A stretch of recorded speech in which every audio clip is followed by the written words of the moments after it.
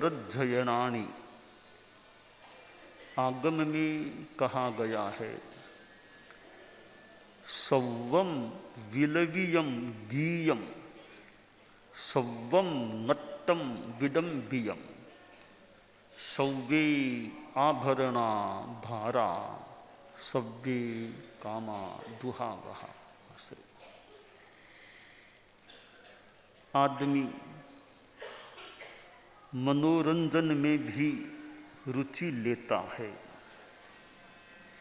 इसलिए दुनिया में हास्य, विनोद, मजाक, विभिन्न दृश्यों को देखना, विभिन्न शब्दों का प्रयोग करना, पांचों विषय शब्द, रूप, गंध, रस और स्पर्श, इनका सह आसक्ति भोग करना, यह आदमी के भीतरी एक सुखाकांक्षा का भी द्योतक हो सकता है कि आदमी सुख चाहता है। और सुख दो प्रकार का हो जाता है। एक वैषयिक सुख, विषय शब्द रूप आदि विषयों से प्राप्त होने वाला सुख, और दूसरा आध्यात्मिक सुख। दोनों ही सुख हैं एक दृष्टि से, परंतु दोनों सुखों में प्रकृतिगत, स्वरूपगत अंतर होता है। वैषयिक सुख है, वह यूं लगता तो सुख है, एक दृष्टि से सुख मान भी लें,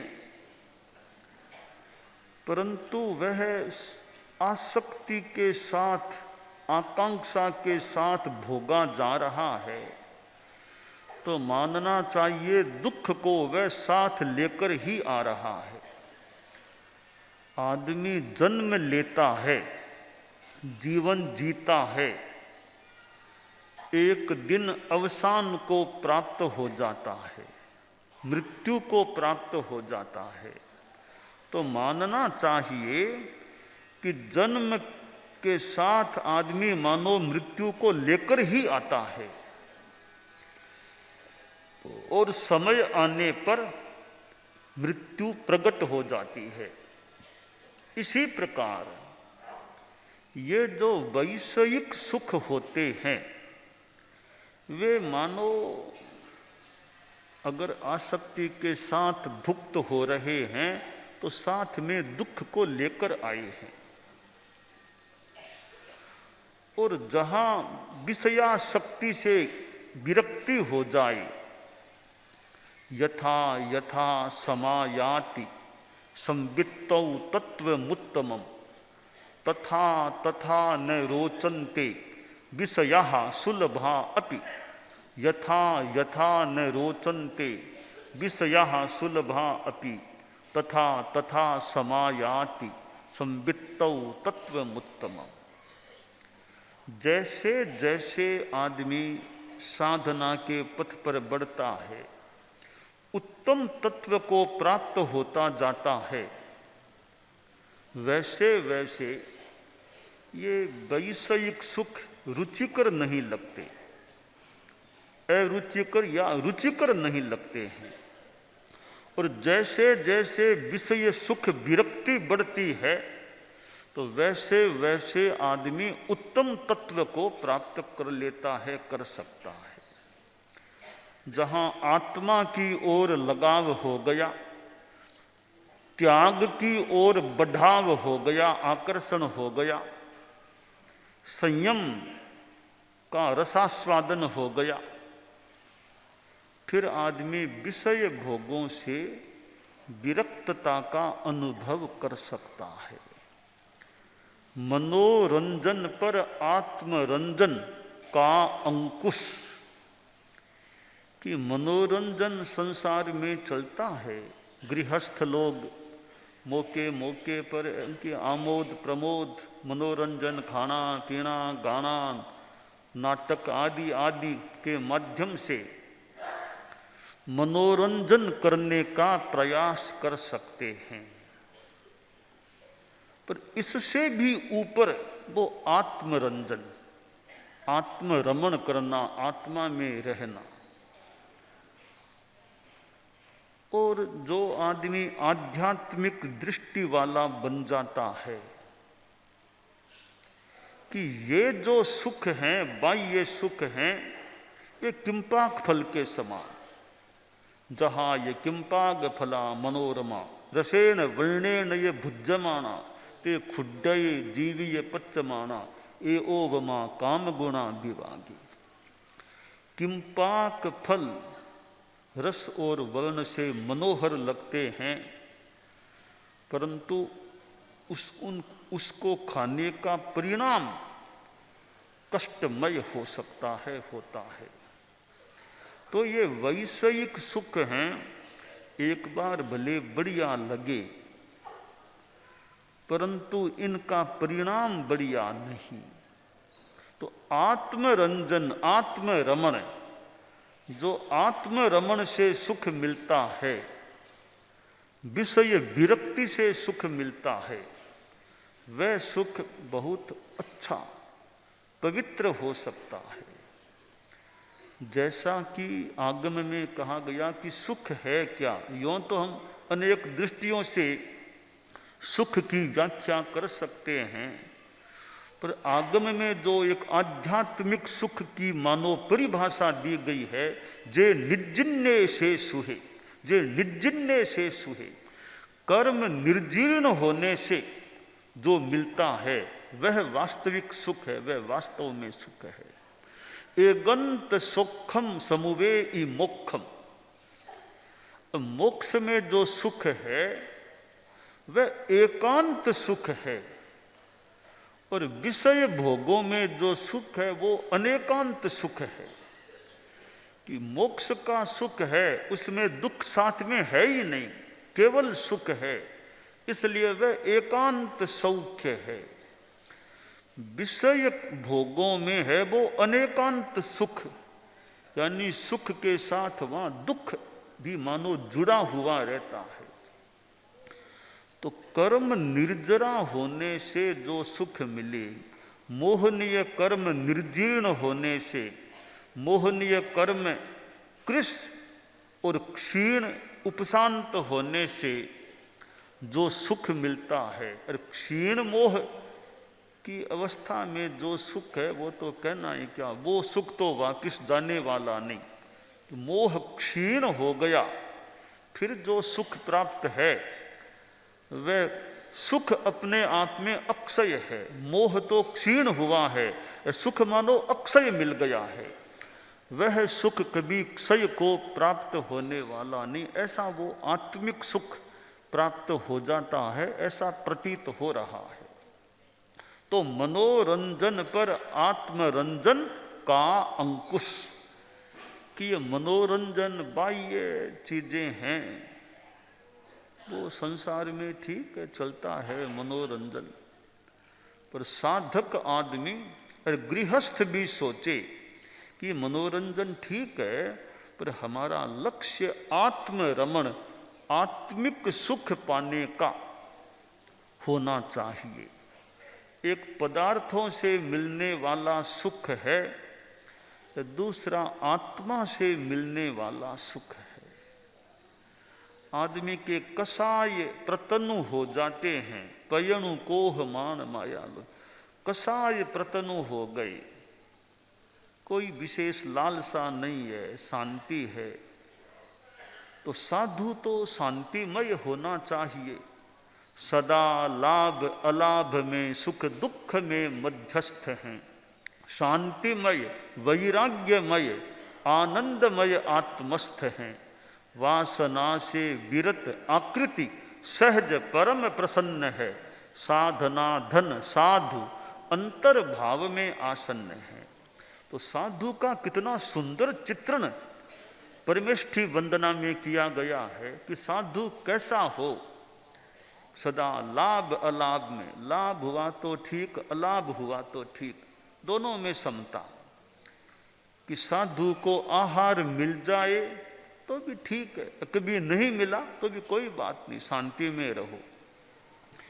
कि एक जगह कहा गया है, लभ्यते लभ्यते साधु साधु एव न लभ्यते, अलब्धे तपसो हानि और लब्धे देहस्य धारणा। अलब्धे तपसो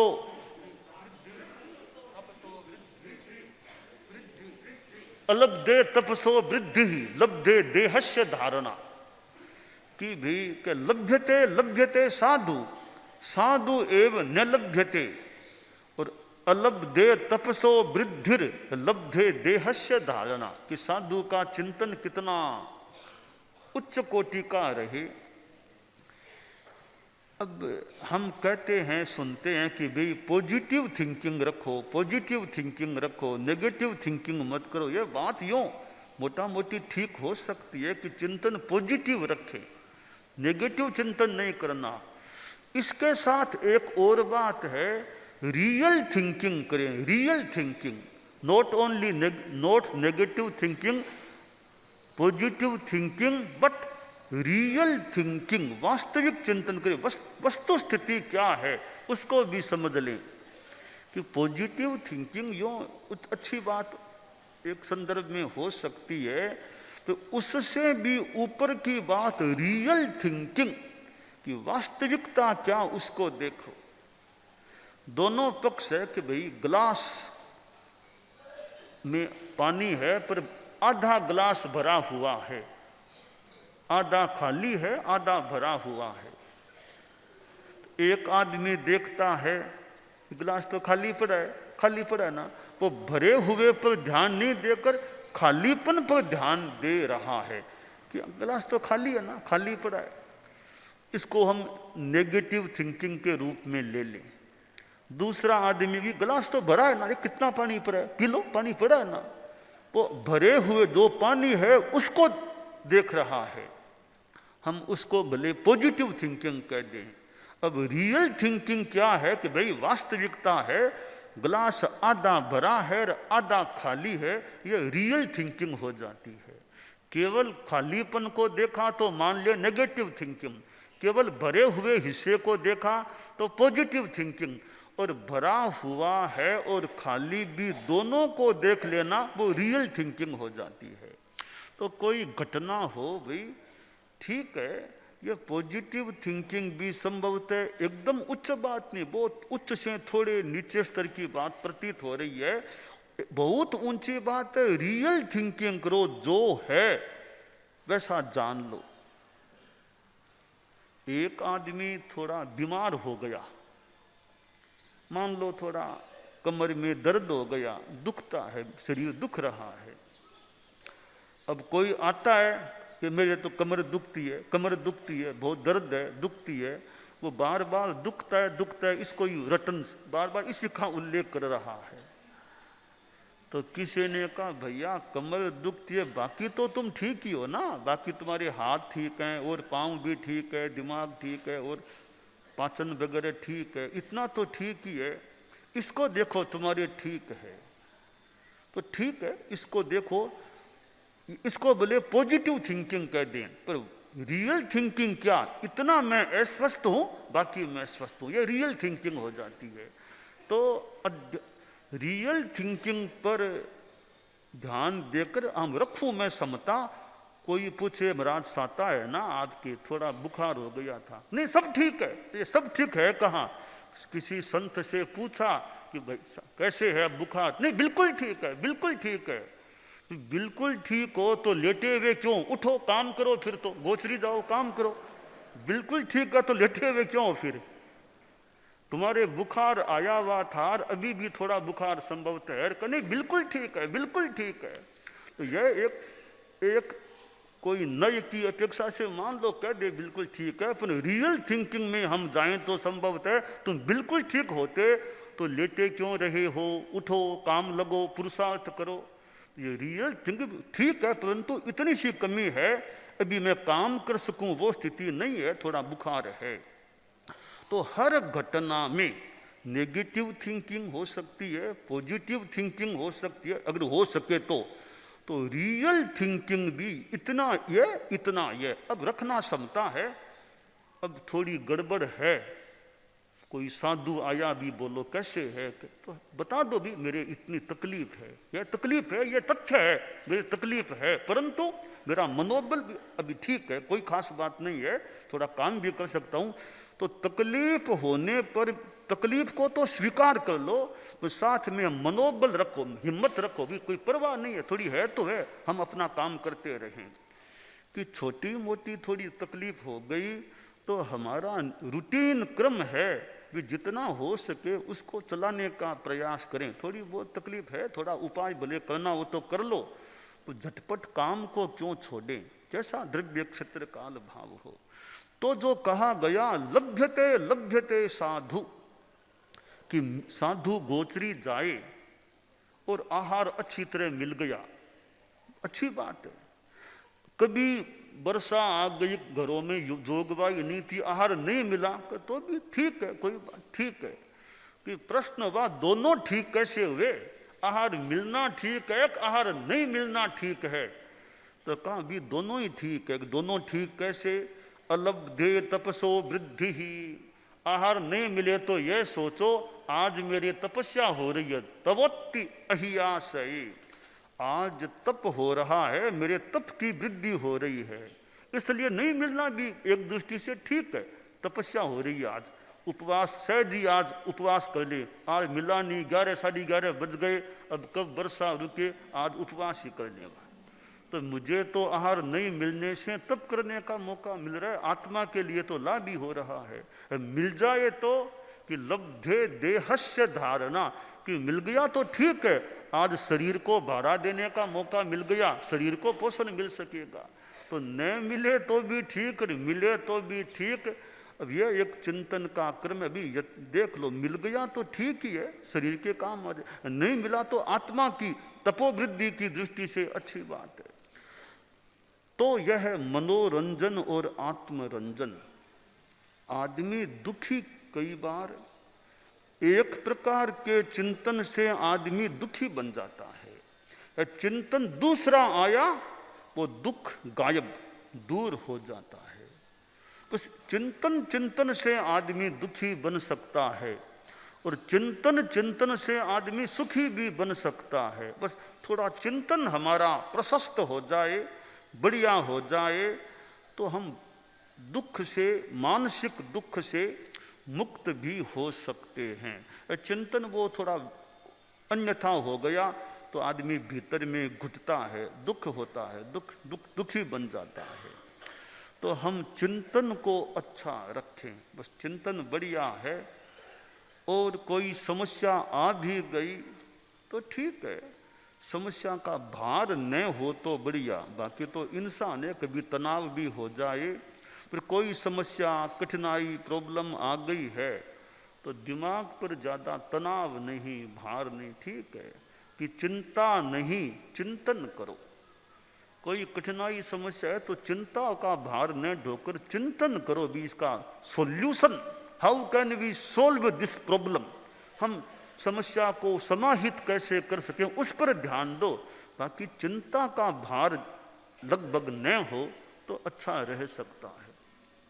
अब मान लो कि भी थोड़ा बहुत तो दिमाग में आते भी वो काम कैसे होगा, वो प्रॉब्लम कैसे हल होगी, कैसे होगी। सो अब कभी चिंतन है तो आधा घंटा पौन घंटा बैठ जाओ, जो चिंता करना हो सो कर लो, जो चिंता आधा घंटा पौन घंटा कर लो, फिर दिमाग को खाली कर लो। चिंता ही करना है तो दिन भर भार नहीं दो, आधा पौन घंटा बैठो, जो चिंता करना चिंता कर लो, चिंतन करना चिंतन कर लो, फिर दिमाग फ्री। अब सोने का समय हो गया, दिमाग फ्री, निश्शेषम, वो आचार्य महाप्रज्ञ जी, निश्शेषम, बस अब सोना, अब कोई चिंतन भार नहीं, जो होना हो गया, अब कोई दिमाग पर भार नहीं।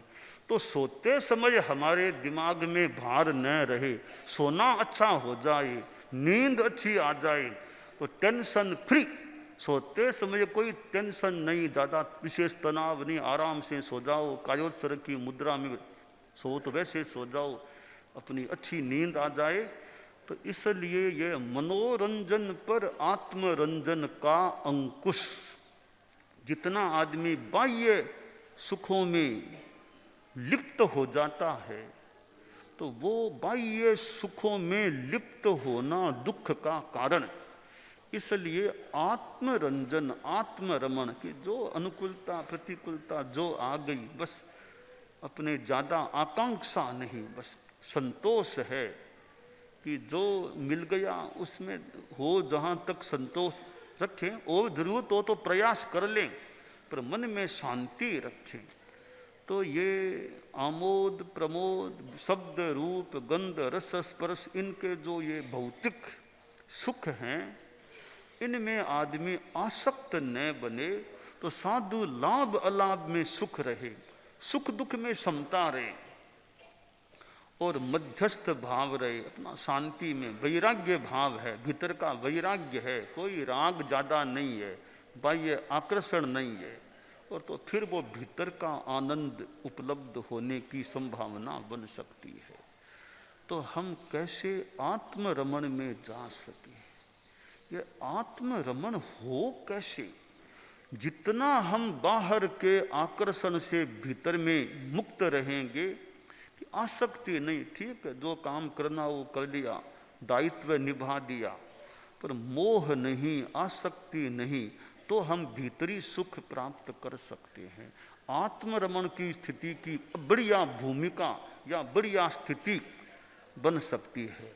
और चेतनावास, चेतना में रहना, तो ठीक है, काम कर रहे हैं, दायित्व निभा रहे हैं, अच्छा मौका मिला है सेवा का, सेवा करते हैं, और भीतर में कोई आसक्ति ज़्यादा नहीं, कोई मोह नहीं, आसक्ति नहीं, लोभ नहीं, ज़्यादा लालसा नहीं, तो हमें बहुत अच्छी शांति रह सकती है, सुख मिल सकता है।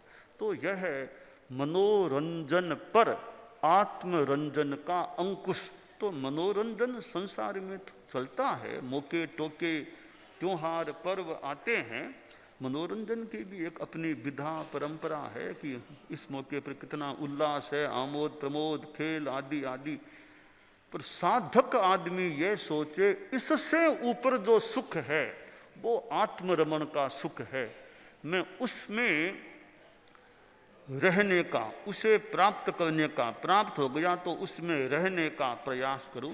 यह हमारी साधना की एक बात है कि मनोरंजन से भी ऊपर का जो सुख है आत्मरंजन, और आत्मरंजन का मनोरंजन पर अंकुश रहे कि मनोरंजन भी करना है तो एक सीमा, एक सीमा, अति नहीं मनोरंजन, बस ज़्यादा खुशी नहीं करना कि मुझे बहुत बढ़िया स्थान मिल गया, ओहो कितना बड़ा हॉल मिल गया, इतना कमरा मिल गया, अटैच कमरा, ओ कितना बढ़िया कितना बढ़िया, इसकी ज़्यादा खुशी नहीं करनी चाहिए।